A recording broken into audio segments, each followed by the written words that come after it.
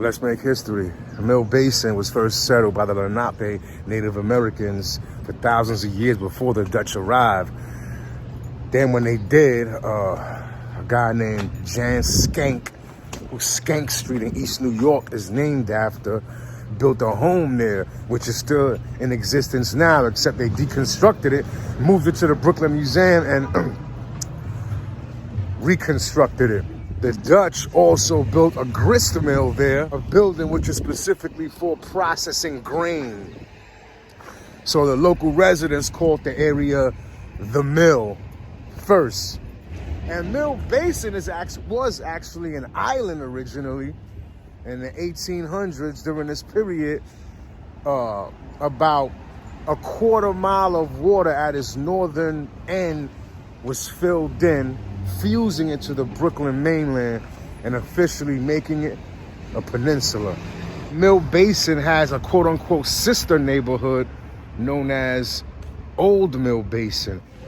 The people of Old Mill Basin used to look down on the people to their immediate south, that whole area, because it was a shanty town. Mill Basin was being molded as an industrial style seaport town, of course, due to its location, and it gained a reputation for seafood delicacies such as lobster and shrimp. It wasn't until the 1950s where Mill Basin recreated itself as a residential community and now has some of the most expensive homes in New York City.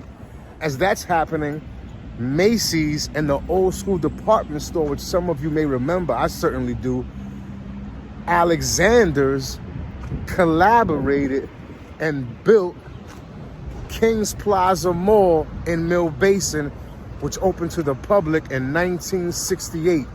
Just like most of the neighborhoods down in that area of southern Brooklyn, it was Italian for a long time. Now it's multi-ethnic.